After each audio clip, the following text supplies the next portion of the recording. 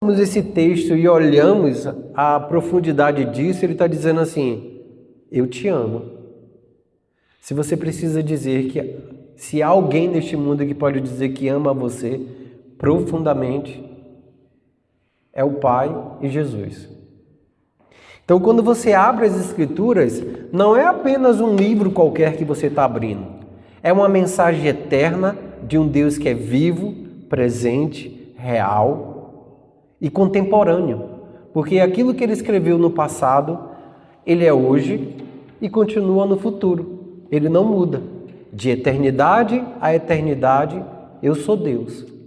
Então, quando você abrir essas Escrituras, nunca é apenas uma mensagem de um livro de um homem que escreveu há 2000 anos. É uma palavra viva para hoje. Então, essa palavra, ela deveria vir ao encontro das minhas necessidades, porque foi o propósito pela qual ela foi escrita. O propósito pela qual a Bíblia foi escrita era para te dizer, nesse tempo, que o Senhor ama, te amou e continuará te amando. As suas necessidades, ela foi propostas antes da fundação do mundo, antes de qualquer homem ser criado, ainda hoje e amanhã. A Escritura vai dizer, não se preocupeis com o dia de amanhã. Por quê? Porque ele já sabe o que vai acontecer amanhã e ele tem uma provisão diária para a sua vida amanhã. Antes de você nascer, há 2000 anos, eu já tinha morrido por você. E ele orou, Senhor, eu oro também não só por esses meus discípulos, mas aqueles que um dia virão a crer em mim. Ou seja, quem ele estava profetizando e para quem ele estava direcionando essa palavra? Para você, para que quando você abrisse, você falasse, Jesus já orava por mim naquele tempo. Quando é de eternidade a eternidade, quando Deus ainda nem tinha criado o homem, ele no primeiro dia ele criou determinadas situações, céus e terra, mar, depois ele fez todas as aves do céu, répteis, animais marinhos, depois criou a vegetação, fez tudo que deveria fazer, chegou o Éden, ele criou todas as coisas, e depois que tudo estava pronto, aí ele falou assim, façamos o homem à minha imagem e à semelhança. Ou seja, antes de criar todas as coisas, como um bom pai que ele é, ele já tinha preparado o teu sustento naquele dia. Então, o livro, a Bíblia, nunca será apenas um livro. É uma palavra de um Deus eterno que zela pela tua palavra e a cada dia está disposto a pedir que você abra essa palavra com um coração preparado a receber uma mensagem poderosa da parte do Pai, da redenção do Filho, da misericórdia do Pai.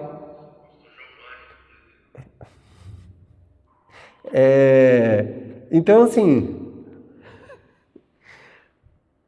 a nossa atitude com respeito à palavra também ela determina o quão lugar de Deus ela terá, qual é a prioridade de Deus para a minha vida. Se eu leio muito a palavra de Deus, significa que eu estou dando prioridade a ela. Se eu estou dando prioridade a ela, eu estou dando uma prioridade a Deus, o Senhor da minha vida. A palavra ela vai vir de encontro às minhas necessidades, porque Deus sabe que todos os dias serão maus. Não é assim que está escrito? Não vos preocupeis com o dia de amanhã, porque o dia já é mau. Por que o dia já é mau? Porque estamos debaixo de um sistema e o sistema ele não tem nenhum prazer em fazer bem às nossas vidas, correto? O sistema do mundo ele não tem nenhum prazer em satisfazer a nossa vida, suprir nossas necessidades. Aí entra Deus e fala bem assim, não temas, eu sou contigo. Então, quando você ouve essa palavra e essa palavra você lê, não temas, eu sou contigo, significa que não é para ter medo. Quando você pega ela e incorpora ela ou traz ela para o teu coração e você acredita nela, não importa qual dificuldade você terá, porque você terá força suficiente da parte de Deus. É uma mensagem não é uma mensagem então ela não é uma mensagem de um livro qualquer. É uma palavra eterna que edifica a tua vida, que alimenta a tua vida, que sustenta a tua vida, que traz provisão para a tua vida, que traz uma palavra de ânimo quando você está triste, uma palavra de vitória em meio às derrotas, uma palavra de paz em meio à angústia. Então nunca a Bíblia, para você que é um cristão, que é uma pessoa, um homem ou mulher convertida, nunca, porque é a palavra da revelação do próprio Deus que escreveu, no caso de Jesus há 12 mil anos atrás, sabendo que você seria salvo por ele. Então, como que ele poderia dizer coisas a respeito de você nesse presente século, já que ele está sentado à destra do Pai? Através da sua palavra. A palavra de Deus é o próprio Deus. Enviou a tua palavra e nos curou. No princípio era o Verbo, e o Verbo se fez carne e habitou entre nós. Ou seja, antes de ser carne, ele era Verbo. Então, quando ele morreu e ressuscitou e está sentado à direita do Pai, a palavra dele continua sendo o próprio Deus. Eu posso falar assim, amanhã eu venho à igreja. Pode acontecer em inúmeras situações e eu ser impedido de vir a essa igreja. Mas se Deus falou para você, amanhã eu estarei presente naquilo que você deseja, ele não pode mais voltar atrás. Então, pensando nas promessas de Deus, Jesus falou que todo aquele que crê será salvo. A salvação já aconteceu, já no presente, mas ela vai acontecer no futuro, correto? É uma promessa. E ela não vai ser mudada nunca mais. Nunca mais ela vai ser mudada. Quem vai dizer sim ou não para essa promessa se cumprir na sua vida é você, o aceitando e desejando. Porque muitas vezes acontece, eu não sei se acontece com você, mas acontece comigo. Tipo assim, eu estou lendo a palavra e o Senhor fala assim, eu vou fazer isso através da sua vida, não sei o quê, e a gente já fica temeroso. Fala, não, Senhor, eu acho que eu não consigo, eu acho que isso não é para mim. Ou seja, eu mesmo vou negando a Ele. Quantos lembram de Moisés? Moisés, eu quero tirar o meu povo do Egito. Ele falou, ok, manda outro, porque eu sou gago, eu sou isso, eu sou aquilo outro. Ou seja, a palavra desejava estar nele e ele estava dizendo, não, acho que você está procurando a pessoa errada. Foi isso ou não foi isso? E ainda mais, ainda falou assim, eu tenho meu irmão Arão, manda ele, porque eu sou pesado de voz, ou seja, a tradução mais ou menos, sou gago, tenho alguma dificuldade. Ou seja, sempre desviando. Então, por que nós encontramos resistência muitas vezes em ler a palavra e quando lemos a palavra, assim, eu sei que Deus me ama, é o seu coração, mas eu sou totalmente imperfeito. Como assim o Senhor me ama? Porque a nossa relação de amor está baseada numa troca. Eu fiz isso para você, então você me dá. E o dele não, é incondicional. Ele te ama, ponto final. Ele te salvou, ponto final. Quem tem que dizer o tempo inteiro a respeito do amor, das promessas, da cura, é você. Senhor, eu permito que... Inclusive tem um texto que Paulo está ali pregando em Coríntios, ele fala bem assim, eu estou trabalhando duro para que você aceite o amor de Deus que é revelado na pessoa de Jesus. Porque as pessoas não queriam aceitar Jesus como Salvador. Por que eles não queriam? Porque eles não queriam salvação? Não, porque a alma dele estava tão angustiada, tão desmerecida, tão cheia de dores, de vergonha, no sentido de indignação, que eles não queriam. A alma dele gritava para não receber, e o próprio Jesus estava morrendo para que você pudesse receber. Então, muitas das promessas de Deus, muitas vezes não está acontecendo na nossa vida, não por causa de Deus. É porque muitas vezes a gente não crê como Deus deseja que crescemos. Então, é o Pai desejando estar com você. Eu li o texto de João 14. Se alguém me ama, faz o quê? Guarda a minha palavra. Se alguém me ama, guarda a minha palavra. E se eu não amo, eu não guardo. E Jesus estava respondendo aos discípulos. Ele diz assim: e não sou eu que estou dizendo isso, é o Pai que está dizendo isso. As palavras de Deus, a promessa de Deus tem muita... A palavra de Deus tem muitas promessas para nossas vidas. Pensa comigo, quando passarem pelas águas, eu estarei lá. E quando os rios, eu também estarei lá. E quando o fogo não te queimará, eu estarei lá. Nós temos vivido em uma geração que muitas vezes ela celebra a promessa de Deus. Ah, Deus vai fazer isso na sua vida? Vai. Aleluia, aleluia. Mas na hora que começa o processo até chegar à promessa, as pessoas estão querendo ver Deus muito mais nas promessas do que no processo. E não é assim. A promessa é a celebração de uma promessa que Ele desejou para a sua vida. Imagine que você está no período de casar. E aí o casamento começa no processo. O dia do casamento é uma celebração. Não é o casamento propriamente dito. Porque se você não preparasse nada para o dia do seu casamento, haveria o casamento? Não. Então precisamos entender que a promessa de Deus, Deus falou que vai nos levar para o céu. A promessa é o cumprimento da celebração, mas nós estamos aqui na terra passando pelo processo. E muitas vezes nós queremos fugir do processo. Mas quando nós fugimos do processo, nós deixamos de experimentar Deus. Deixamos de experimentar Deus, porque era quando passares pelo fogo, não te queimarás. Por quê? Quem será a minha proteção? É o Senhor. E quando passares pelas águas, não te afogarão, porque eu serei seu Salvador. Então assim, se você quer experimentar, viver e ter vida através da palavra, você precisa experimentar o processo.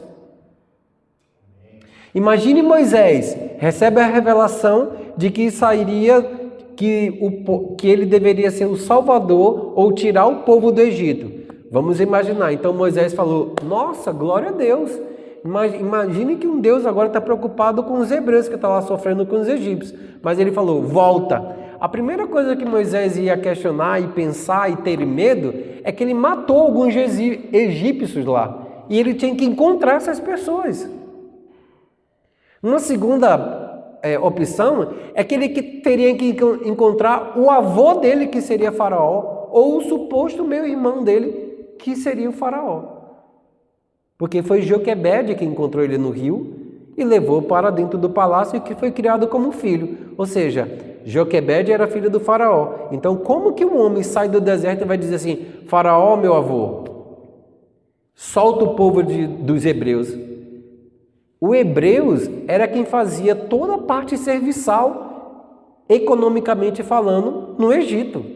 Como que um homem vai soltar, o Faraó vai soltar uma nação inteira só porque o neto dele está pedindo, dizendo que é a respeito de um Deus que eles não conheciam? Você acha que Faraó ia soltar alguém? Mas como que Moisés pôde experimentar a voz da palavra e ao mesmo tempo ter vida? Ele falou, Moisés, pode voltar, porque aquele povo que tentou te matar já não existe mais. Volta lá, ou seja, a primeira providência está resolvida.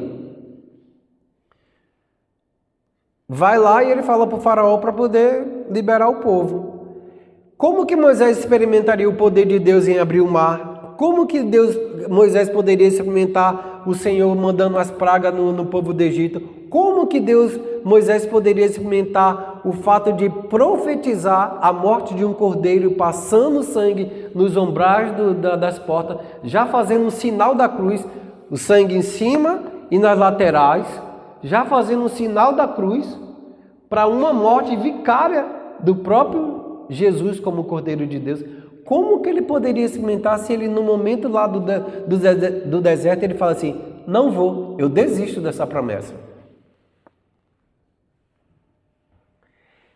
Era uma promessa para Moisés e ele verdadeiramente queria sair do Egito para uma terra que manava leite e mel.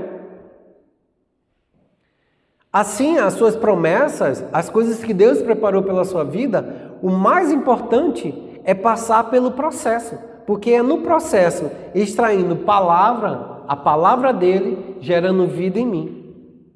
Porque ele está dizendo assim, ó, quando vocês tiverem angústia,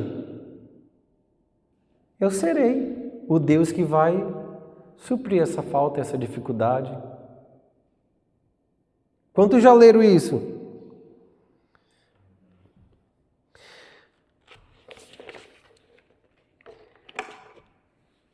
Quando a Bíblia fala, não esteja desanimado, porque eu serei a tua força. Você só experimenta a força do próprio Deus quando as dificuldades tentar desanimar você. De outra forma, você não consegue experimentar Deus.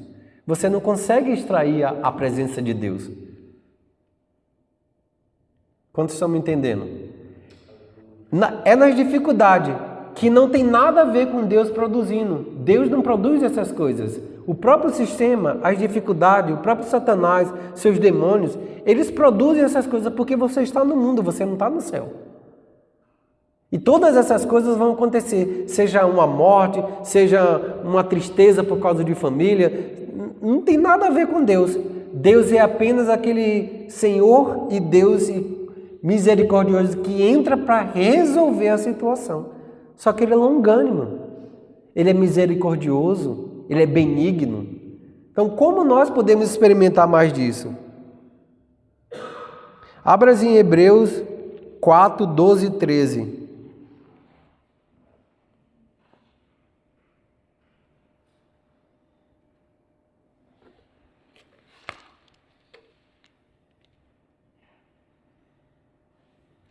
Então, quando você abre as Escrituras, a palavra precisa ser tão real, como se fosse o próprio Deus falando. É o próprio Deus falando para você, mas precisa ter essa entonação de a personificação do próprio Deus falando através das Escrituras, gerando vida em você.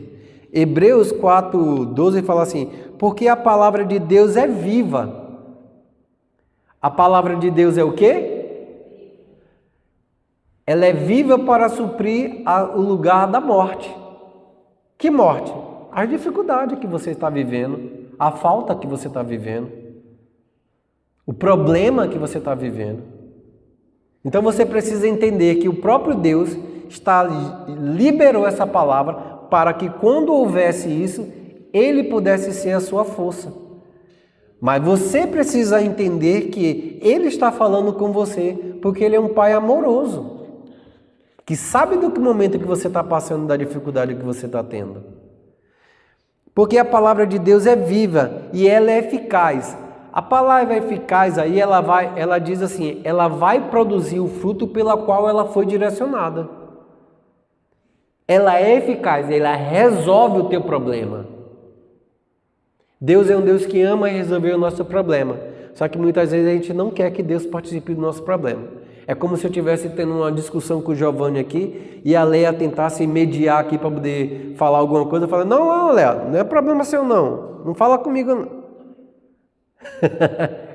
É a mesma coisa. Eu estou vivendo um problema e aí em vez de eu chegar e pegar o problema e apresentar para Deus, Deus já está interessado na sua vida porque Ele é um Deus que se preocupa com cada coisa e cada necessidade da tua vida. Mas sabe o que nós fazemos?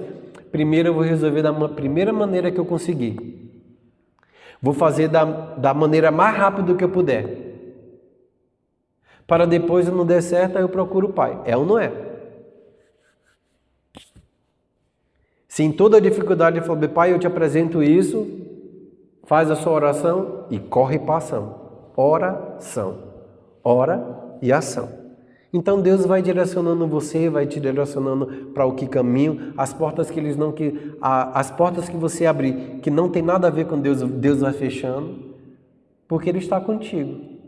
Ele mesmo falou bem assim, não temas porque eu estou contigo.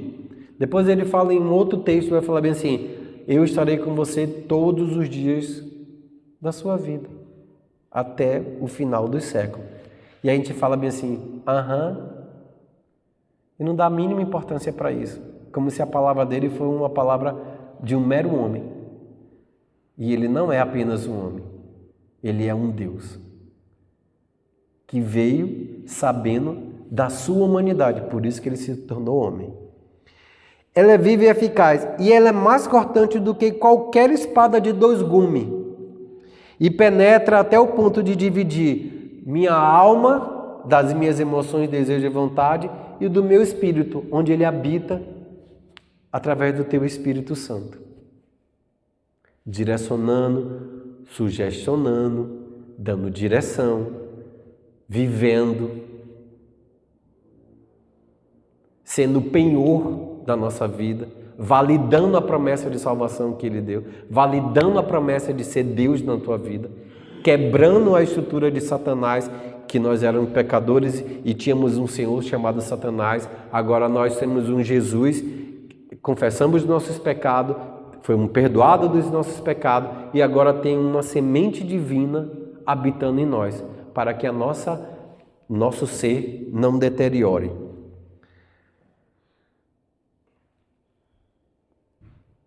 E penetra até o ponto de dividir a alma e espírito, juntas e medula. Juntas e medula, ou seja, a palavra dele penetra no nosso ser tão profundamente que muitas vezes a gente nem consegue perceber o quão profundo e um impacto tão gigantesco que a palavra de Deus, quando ela é aceita no nosso coração, ela provoca. E ela é apta para discernir os pensamentos. Já viu? Eu gostaria de fazer isso, gostaria de fazer aquilo. Aí você está lendo a palavra, ela tem olhos. Ela olha para dentro de nós e fala assim, está errado isso que você está querendo fazer. O propósito pelo qual você está desejando isso está diferente do meu propósito. Que é o propósito do teu coração. Muitas vezes eu estou ali em silêncio querendo fazer alguma coisa, fiz um propósito no meu coração, leio a palavra tem olhos, porque é o próprio Deus olhando dentro de você. E aí ele fala, isso está errado. Não é assim que você deve proceder. Não dessa forma. Quantos já leram tentando buscar a orientação de Deus, tinham um propósito de fazer alguma coisa, estudar as Escrituras e a Escritura falou, não é assim. É desse jeito. Quantos já tiveram essa experiência? De saber que a palavra de Deus, ela pode penetrar o seu coração e desfazer o propósito ou as coisas que você estava pensando em fazer. Eu, inúmeras vezes. Quantas vezes a palavra de Deus foi o meu socorro num dia de angústia. No tempo que eu caminhava por muitos lugares, e aí eu falava assim, até quando eu vou andar caminhando? Até quando chegarei o meu tempo da colheita? Aí a palavra em Jeremias falava assim, pois eu bem sei que pensamentos tenho a respeito de vós, Marcelo. São pensamentos de paz, não de mal, para dar um fim e um futuro que eu mesmo desejei para você. Porém, eu estava indo nos lugares, muitas vezes era só falar assim, Senhor, a minha promessa é só eu chegar aqui e o Senhor me dá, está tudo bem. Só que eu esqueci desses pormenores, tem os processos e vai nos levar a lugares que a gente nunca imaginou na minha vida. A palavra de Deus se torna uma personalidade. Abre comigo em João 1,3.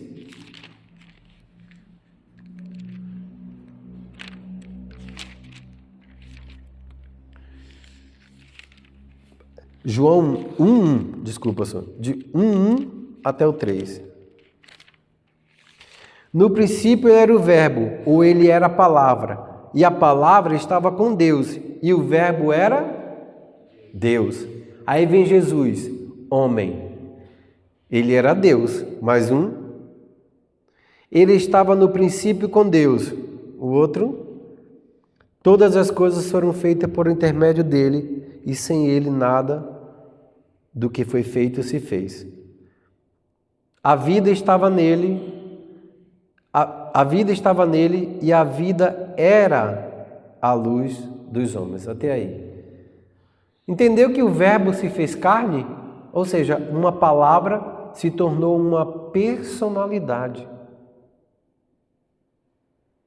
Quando Jesus foi embora da terra, que se assentou à direita do Pai, a palavra dele continua sendo viva, real, tão quanto ele estivesse aqui falando pessoalmente contigo, quando ele diz: eu vou para o Pai, porque o Pai me ama, eu vou para o Pai, Pai de vocês. Ou seja, antigamente ninguém tinha condição de chamar Deus de Pai. Jesus já apresenta Jesus como Pai. Eu vou subir, eu vou ao Pai, meu Pai e Pai de vocês. Porque agora nós se tornamos filho. Se você entender essa verdade de que você agora é filho de um Deus, você não vai ter dificuldade com sua paternidade. É uma forma de curar tantos homens que nasceram sem a presença de um homem, sem a presença da paternidade, sem a presença de uma masculinidade dentro de casa. Para as mulheres, a mesma coisa. Seja homem, seja mulher. É ao mesmo tempo um lugar de pertencimento, porque a coisa mais horrível do mundo é você não ter sentido de pertencer. Da onde que você vem? Quem é você? Quem é sua família? Minha família é uma família desestruturada, que eu não tive muito contato com meus pais, não sei o quê. Ou seja, esse senso de pertencer, ela não existe. E é tão dolorido para quem tem. Então Deus vem e fala assim: você pertence a mim, porque eu te comprei com sangue precioso.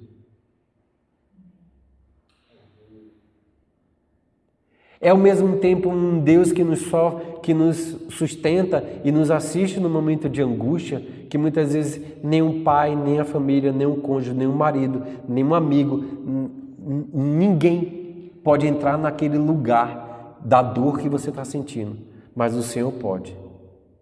E nesse momento é muito importante você entender que Jesus está do teu lado.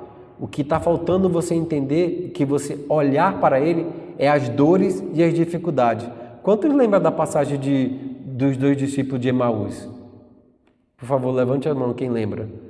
Para que eu possa contar. Vocês não lembram? Vocês não lembram? Os 2 discípulos caminhando em direção a Emaús. Mas eu vou contar a história. 2 discípulos, depois da morte de Jesus, eles caminharam triste, abatido, para Emaús. É por isso que chama os discípulos de Emaús. Enquanto eles estavam caminhando, Jesus ressuscitou e caminhou caminhou com ele durante uma estrada inteira. Eles estavam muito tristes, doloridos, pesarosos, abatidos, desanimados, por conta que o homem que se dizia um profeta, cheio de poder e milagre, tinha morrido. E eles estavam desesperados, tristes, ao ponto de deixar Jerusalém e ir para a cidade chamada Emaús. Enquanto esses 2 discípulos caminhavam, Jesus apareceu do lado dele e perguntou para ele: por que estás tão tristes e abatido? Ele falou bem assim: bom, só você não sabe que o profeta de Deus, um homem poderoso em milagres e sinais e maravilhas, morreu em Jerusalém. Aí Jesus caminhando do lado dele, falou bem assim: então, mas estava escrito nos profetas e no livro de Moisés a respeito do que ele deveria vir, sofrer e ser entregue nas mãos dos gentios, mas ele ressuscitaria. Quem está do lado dele? Jesus ressuscitado, tá? E aí ele vai contando a história, ele vai dizendo dele mesmo, e eles percebem que o coração, onde é o coração do homem e da mulher? É o espírito, que é a parte mais principal do homem. É a essência de cada homem e da mulher. Quando nós ouvimos a palavra, porque Deus falasse o coração, a gente não desperta para entender e abrir os nossos olhos que Ele está falando do meu espírito, porque meu coração carne não pode habitar. Mas no meu espírito, sim, foi criado para isso, para que Deus pudesse ter comunicação e relacionamento no meu espírito. Então, ardia-lhe o coração, ou ardia-lhe o espírito. Mas a mente estava presa à morte, à dor, à tristeza, e eles não conseguiam abrir os olhos para que pudessem ver quem? Ressuscitado do lado dele? Jesus.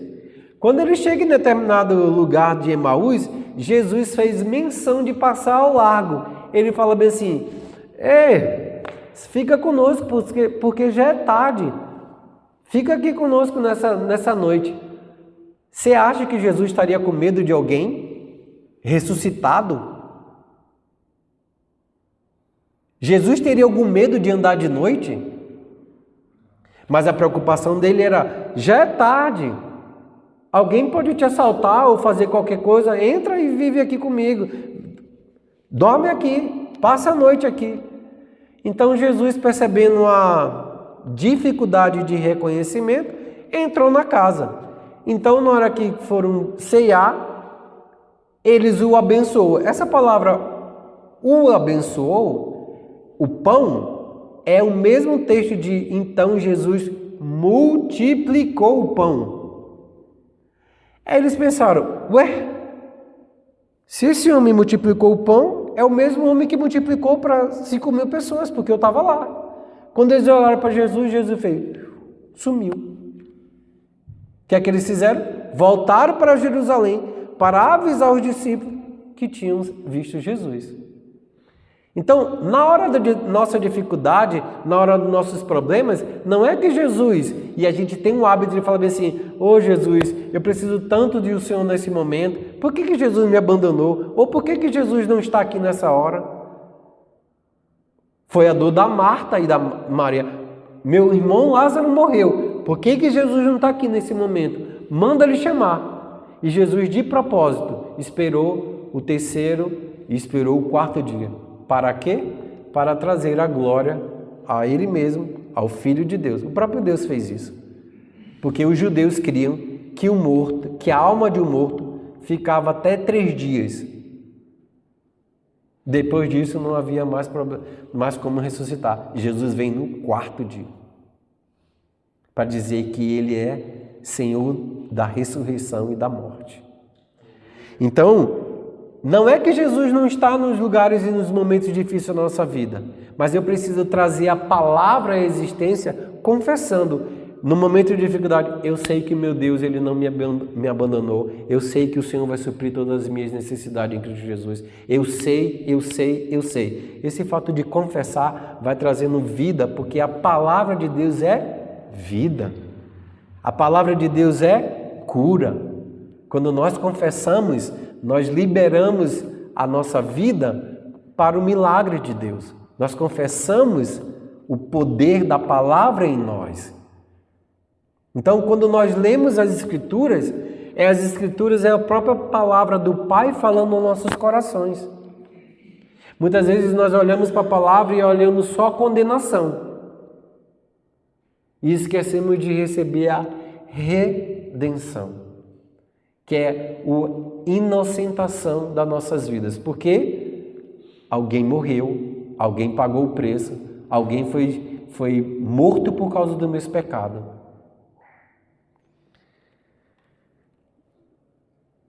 Então, quando eu foco na palavra, ou quando eu sou instruído na palavra, eu estou lendo a própria vida de Deus, a própria vida do Filho, falando comigo mesmo. Quando, na hora da ceia, que os pastores, o pastor Giovanni sempre pede, examine a si mesmo, ele tem, é como se a palavra de Deus estivesse examinando a nós. Mas esse examinar tem 2 formas. Não é só olhar para a gente como uma forma de olhar e será que eu tenho pecado? Mas é também olhar se eu estou celebrando a vida e a ressurreição para o grande dia que nós cearemos com Ele. Examine a si mesmo. Você está preparado? Você está crescendo na graça de Deus? A graça de Deus tem alcançado? O amor do Pai também tem te alcançado? E o poder da redenção tem derramado nos seus corações? Você tem aceitado isso para que no grande dia você sente na mesa e peça um copão de vinho assim e debulha com Jesus, pede pão? Não é só olhar, examine a si mesmo.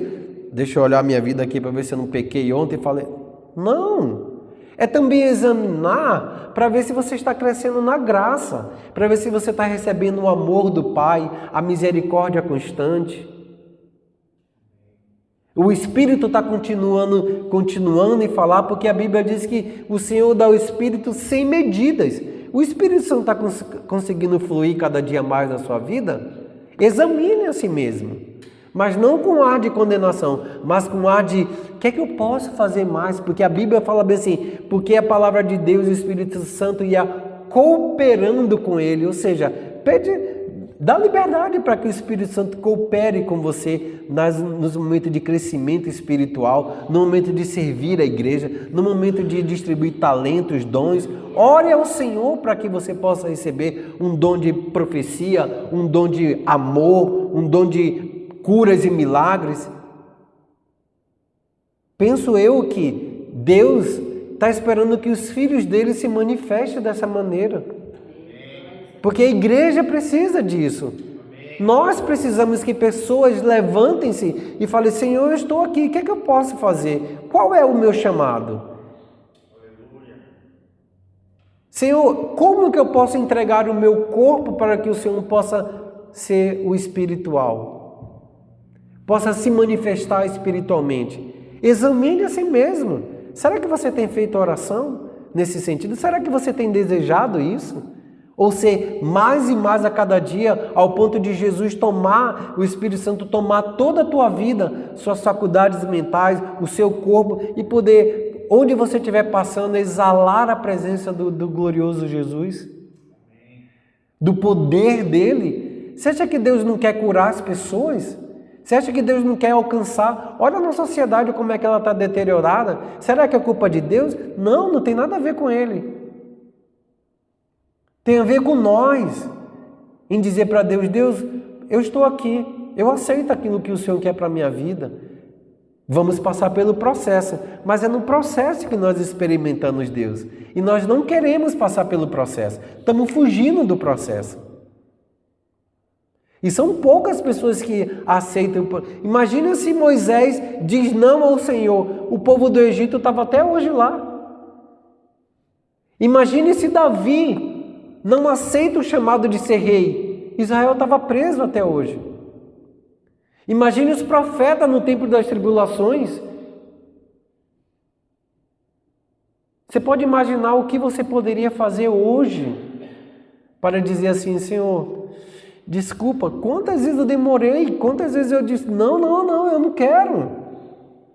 Eu queria ser outra coisa na minha profissão. De verdade. Eu não tinha interesse nenhum, eu queria ser um músico famosão, foi por isso que eu fui estudar escola de música no Rio de Janeiro. Eu não tinha nada a ver hoje eu pregando aqui. Eu tinha um medo terrível de falar na frente de pessoas. Eu também não curtia muito a pessoa, ia fazer meu trabalho, ia estudar, não sei o quê. E hoje quem me vê fala assim, o Marcelo é todo comunicativo. Perdi meu pai com 8 anos de idade. Não foi nada fácil a minha vida até encontrar a paternidade de Deus na minha vida. Não foi nada de fácil crescer sem um direcionamento. Num lugar de que tinha poucos recursos. Não foi fácil. Te digo, não foi fácil para mim. Mas a cada momento que Deus me direcionava para algum lugar, era dolorido, mas eu dizia sim. Às vezes eu demorava de dizer sim, mas às vezes ia. E muitas vezes eu cheguei e falava bem assim, Senhor, eu não aguento mais. Porque eu estou sempre fora do local que eu desejaria estar. Quantas vezes eu falei, Senhor, eu precisava estar um pouco mais com minha família. Deixa aqui com eles, eu cuido. Faz a minha vontade. Mas eu queria estar lá, Senhor. Senhor, eu não queria estar nesse momento agora aqui. Ou acolá. Eu só vou dizer, confia em mim. Passa pelo processo. Então você vai ver no Deus sendo Pai, um Deus que provê, um Deus que acolhe, que cuida. E isso eu me tornei uma pessoa extremamente forte emocionalmente. Mas eu decidi passar pelo processo. Eu aceitei passar pelo processo.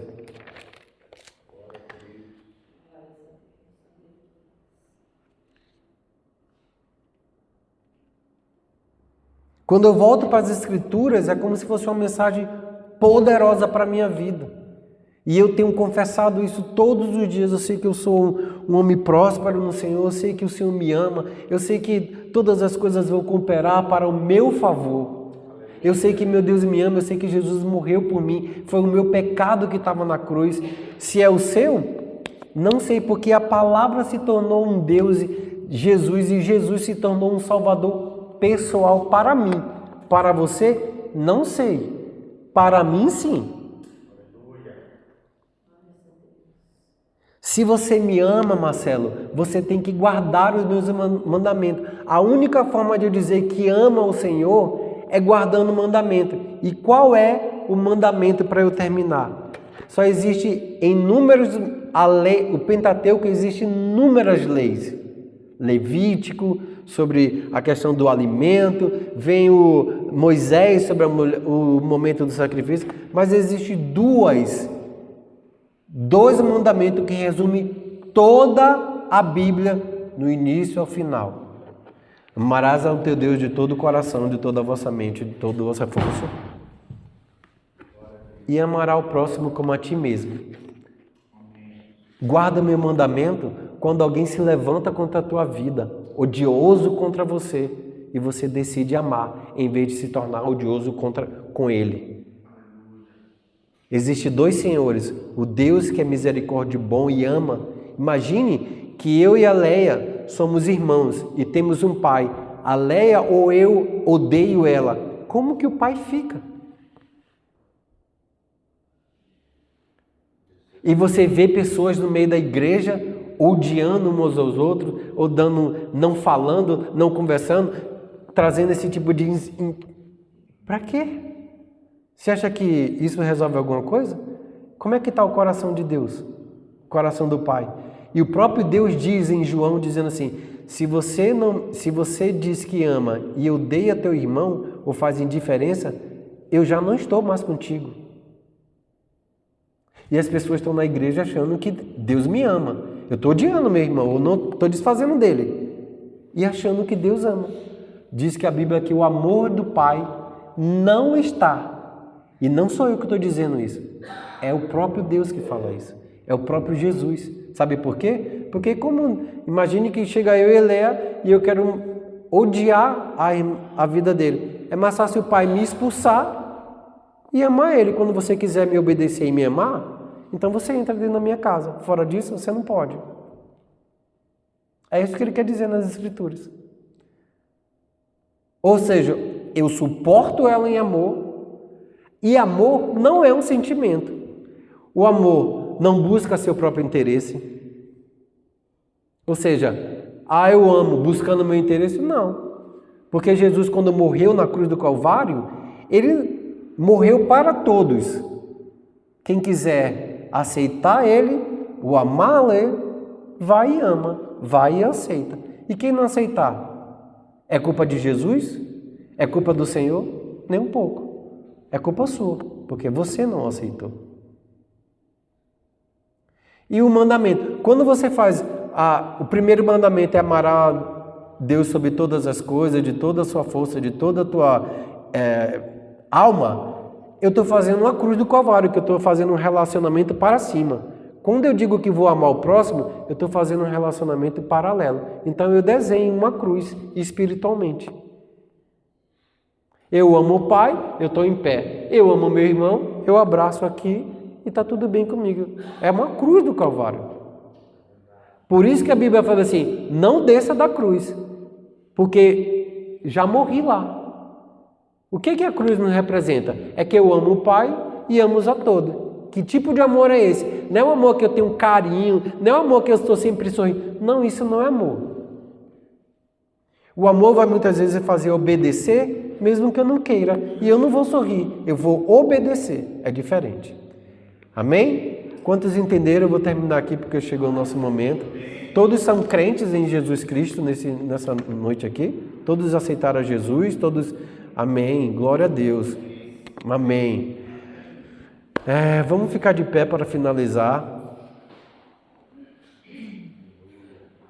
Vou fazer uma oração.